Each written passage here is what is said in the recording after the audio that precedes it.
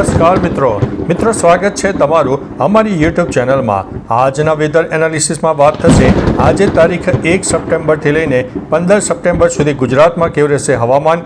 આવનારા દિવસોમાં જે વરસાદની સિસ્ટમ સક્રિય થઈ છે ગુજરાતને કેટલા દિવસ અસર કરશે, શું ગુજરાતમાં હવે વરાપનો રાઉન્ડ આવશે અને અત્યારે જે હાલ સિસ્ટમ સક્રિય થઈ રહી છે તે સિસ્ટમની સાથે સાથે બંગાળની ખાડીમાં પણ એક સિસ્ટમ બની જવાની છે। તમામ પ્રકારની માહિતી એક વિડીયોમાં આપી દઈશું। પ્રથમ વાત કરીએ તો મિત્રો એક ભૂકંપના સમાચાર આવ્યા છે। ગઈકાલે રાત્રે અફઘાનિસ્તાનમાં 6થી વધુની તીવ્રતાની એક ભૂકંપનો આંચકો નોંધાઈ ગયો છે, જેની અસર છેક આપણને દિલ્હી સુધી જોવા મળી છે, પરંતુ ભારતમાં કોઈ નુકસાનીના સમાચાર નથી। તેના લીધે તેને અંદાજિત 20 લોકો અફઘાનિસ્તાનમાં મૃત્યુ પામ્યા છે, જે તમારે સમાચાર જાણવા અનિવાર્ય છે। એટલે મિત્રો થોડો ભૂકંપનો પણ અહેસાસ થાય તો થોડા સાવચેત રહેજો, એલર્ટ રહેજો। હવે મિત્રો અગત્યની વાત કરતા હતા વરસાદની આગાહીની। આજે તારીખ 1 સપ્ટેમ્બર છે તો આજે ગુજરાતના અનેક ભાગોમાં હજુ પણ સાર્વત્રિક વરસાદનો માહોલ યથાવત રહેશે। આજ રોજ મિત્રો ઉત્તર ગુજરાતના કહી શકાય કે સાબરકાંઠા, મહેસાણા અને અરવલ્લી, મધ્ય ગુજરાતના ગાંધીનગર, મહીસાગર, દાહોદ, પંચમહાલ, ખેડા, આણંદ, વડોદરા, છોટાઉદેપુર, ભરૂચ, નર્મદા અનેક વિસ્તારમાં છૂટોછવાયો વરસાદ તો કોઈ જગ્યાએ ભારે વરસાદ પણ થઈ શકે છે। દક્ષિણ ગુજરાતથી લઈને કેરળ સુધી વરસાદની એક ટફ રેખા સર્જાય છે, એટલે દક્ષિણ ગુજરાતમાં પણ છૂટાછવાયા વરસાદની શક્યતા રહે છે। સૌરાષ્ટ્રનો દક્ષિણી પટ્ટો હોય અને પૂર્વ તરફના વિસ્તારમાં પણ વરસાદની શક્યતા રહેલી છે। એકંદરે મિત્રો ગુજરાતમાં સાર્વત્રિક વરસાદનો માહોલ સર્જાશે, પરંતુ ઉત્તર ગુજરાતના કહી શકાય કે બનાસકાંઠા અને પાટણમાં વરસાદનું પ્રમાણ થોડું ઓછું રહેશે।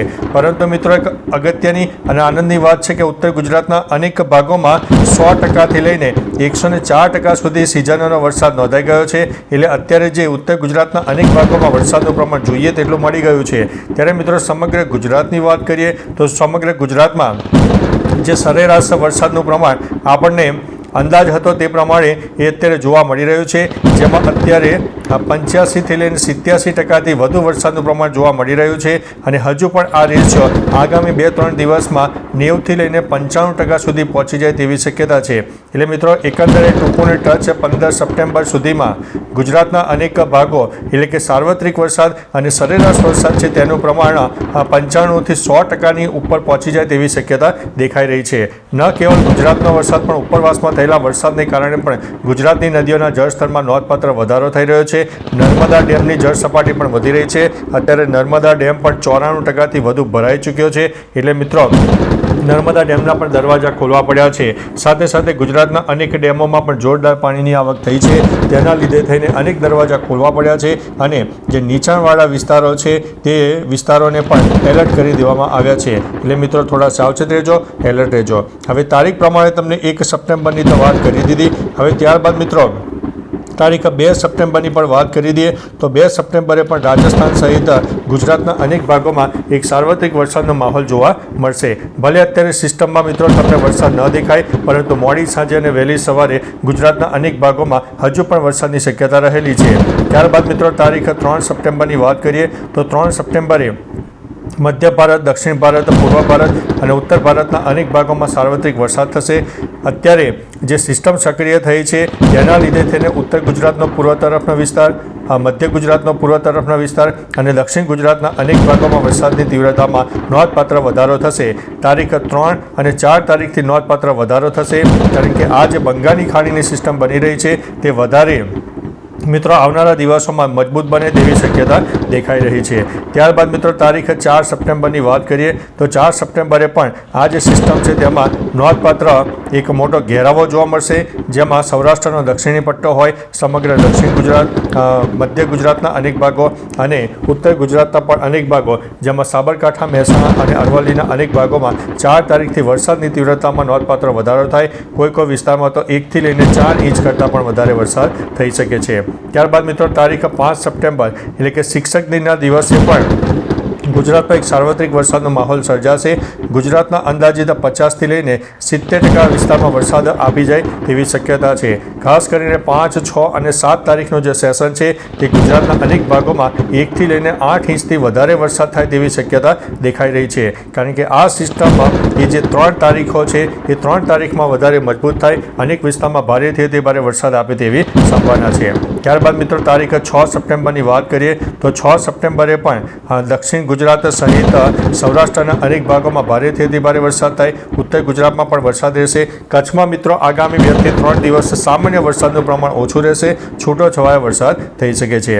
ત્યારબાદ મિત્રો તારીખ 7 સપ્ટેમ્બરની વાત કરીએ તો 7 સપ્ટેમ્બરે સમગ્ર સૌરાષ્ટ્ર છે કચ્છના અનેક ભાગોમાં ભારે વરસાદ થાય, જેમાં 1 ઇંચથી લઈને 7 ઇંચ કરતાં વધારે વરસાદ કોઈ વિસ્તારમાં થઈ જાય તેવી સંભાવના દેખાઈ રહી છે. ત્યારબાદ મિત્રો તારીખ 8 સપ્ટેમ્બરની વાત કરીએ તો એ જે વરસાદની સિસ્ટમ છે ધીમે ધીમે અરબી સમુદ્રમાં આગળ વધવાની છે અને તેના લીધે થઈને સૌરાષ્ટ્ર કચ્છ સહિત દક્ષિણ ગુજરાતના પણ અનેક ભાગોને વરસાદ જોવા મળશે. મિત્રો ભલે ઉત્તર ગુજરાતમાં સિસ્ટમ ન દેખાય, મધ્ય ગુજરાતમાં ન દેખાય, પરંતુ સાર્વત્રિક વરસાદનો માહોલ આપણને 6, 7, 8 અને 9 તારીખે સમગ્ર ગુજરાતને મળવાનો છે. વધતા ઓછા પ્રમાણમાં વરસાદ મળી જવાનો છે. ત્યારબાદ મિત્રો તારીખ 9 સપ્ટેમ્બરની પણ વાત કરીએ તો 9 સપ્ટેમ્બરથી બંગાળની ખાડીમાં ફરીથી એક વરસાદની સિસ્ટમ સક્રિય થશે અને બેક ટુ બેક વરસાદની સિસ્ટમ સક્રિય થતાં મધ્ય ભારતમાં તે એક્ટિવ થશે. સાથે સાથે ગુજરાતમાં એક છૂટોછવાયો વરસાદ 9 સપ્ટેમ્બરની આસપાસ પણ જોવા મળી શકે છે.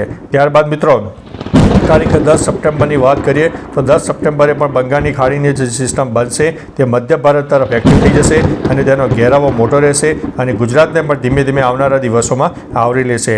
10 તારીખથી જે બીજી વરસાદની સિસ્ટમ સક્રિય થશે તેના લીધે થઈને 10, 11, 12, 13, 14 અને 15 તારીખ સુધી તેની વ્યાપક અસર જોવા મળનારી છે. હવે મિત્રો આગામી તારીખ 11 સપ્ટેમ્બરની પણ વાત કરી દઈએ તો 11 સપ્ટેમ્બરે પણ ગુજરાતમાં એક સાર્વત્રિક વરસાદનો માહોલ આપણને જોવા મળી શકે છે. અત્યારે જે સિસ્ટમ 10મી તારીખે સક્રિય થવાની છે તેના લીધે થઈને મધ્ય ભારત સહિત દક્ષિણ ભારતના અનેક ભાગોમાં વરસાદ રહેશે. ગુજરાતના અનેક ભાગોમાં સાર્વત્રિક વરસાદનો માહોલ જોવા મળી જશે. ત્યારબાદ મિત્રો તારીખ 12 સપ્ટેમ્બરની વાત કરીએ તો 12 સપ્ટેમ્બરે પણ આ જે સિસ્ટમ છે એ આપણને વધારે અસર દેખાશે.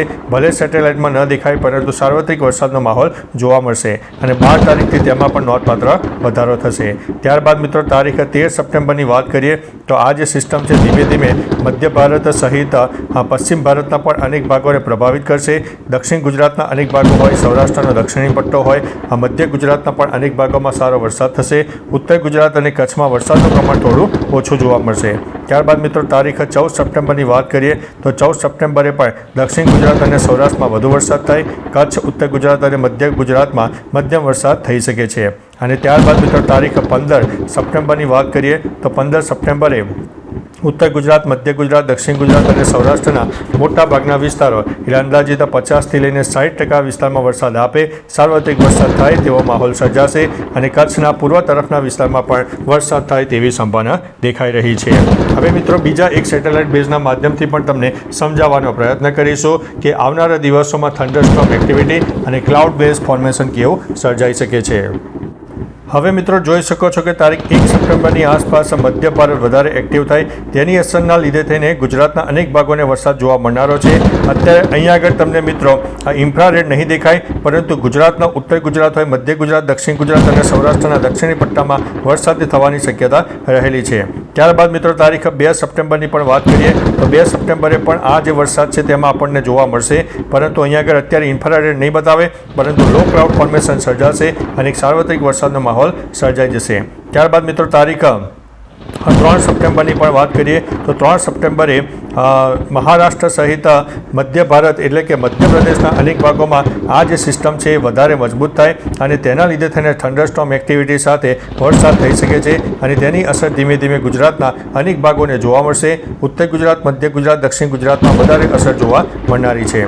ત્યારબાદ મિત્રો તારીખ 4 સપ્ટેમ્બરની વાત કરીએ તો આપણે જણાવ્યું તે પ્રમાણે 4 સપ્ટેમ્બર 4, 5 અને 6 સપ્ટેમ્બરે અને 7 સપ્ટેમ્બરની આસપાસ ગુજરાતમાં એક વધુ વરસાદ થાય તેવી સંભાવના છે અને એક સાર્વત્રિક વરસાદનો માહોલ આપણને ધીમે ધીમે મળી જવાનો છે.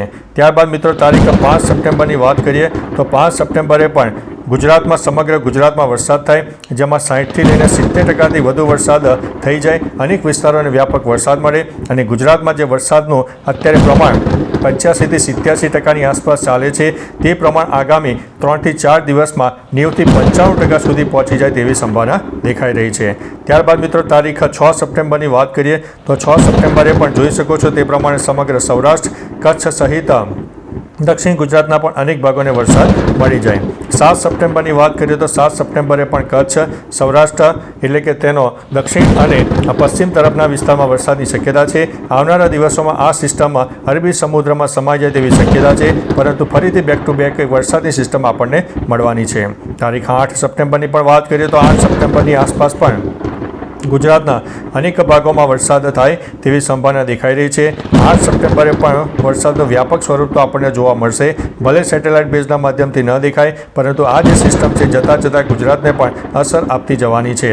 ત્યારબાદ મિત્રો તારીખ 9 સપ્ટેમ્બરની વાત કરીએ તો 9 સપ્ટેમ્બરે પણ બંગાળની ખાડીની ફરીથી એક વરસાદની સિસ્ટમ સક્રિય થઈ જશે, જેના લીધે થઈને ગુજરાતમાં એક જોરદાર વરસાદ મળે તેવી સંભાવના છે. અને 9 તારીખથી આ જે સિસ્ટમ છે એ પોતાનું વ્યાપક સ્વરૂપ બતાવવાનું શરૂ કરશે. ત્યારબાદ મિત્રો તારીખ 10 સપ્ટેમ્બરની વાત કરીએ તો બંગાળની ખાડીની બનતી 10 સપ્ટેમ્બરની સિસ્ટમ એ મધ્ય ભારત તરફ એક્ટિવ થશે. તેના લીધે થઈને મધ્ય ભારત હોય, દક્ષિણ ભારત, પૂર્વ ભારત અને ઉત્તર ભારતના અનેક ભાગો પ્રભાવિત થશે. અને તારીખ 12 સપ્ટેમ્બરથી ગુજરાતમાં પણ વ્યાપક વરસાદ થાય તેવી સંભાવના દેખાઈ રહી છે. 11 સપ્ટેમ્બરની વાત કરીએ તો 11 સપ્ટેમ્બરે પણ દક્ષિણ ભારત એક્ટિવ રહેશે, મધ્ય ભારત એક્ટિવ થશે. છૂટાછવાયા વરસાદ ગુજરાતમાં થઈ શકે તેવી સંભાવના છે. 12 તારીખની વાત કરીએ તો 12 તારીખે પણ આ જે સિસ્ટમ છે ધીમે ધીમે આગળ વધવાની છે, જે રાજસ્થાન, મધ્ય ભારત, દક્ષિણ ભારત અને પશ્ચિમ ભારતના પણ અનેક ભાગોને અસર કરશે. તારીખ 13 સપ્ટેમ્બરની વાત કરીએ તો 13 સપ્ટેમ્બરે પણ આ સિસ્ટમ ધીમે ધીમે આગળ વધશે. બંગાળની ખાડી અને અરબી સમુદ્રના ભેજવાળા પવનો પણ મળી જશે. તેના લીધે થઈને ગુજરાતમાં જોરદાર વરસાદ થઈ જશે. 14 તારીખે પણ જોઈએ તો 14 તારીખે ધીમે ધીમે સાર્વત્રિક વરસાદનો માહોલ સર્જાશે.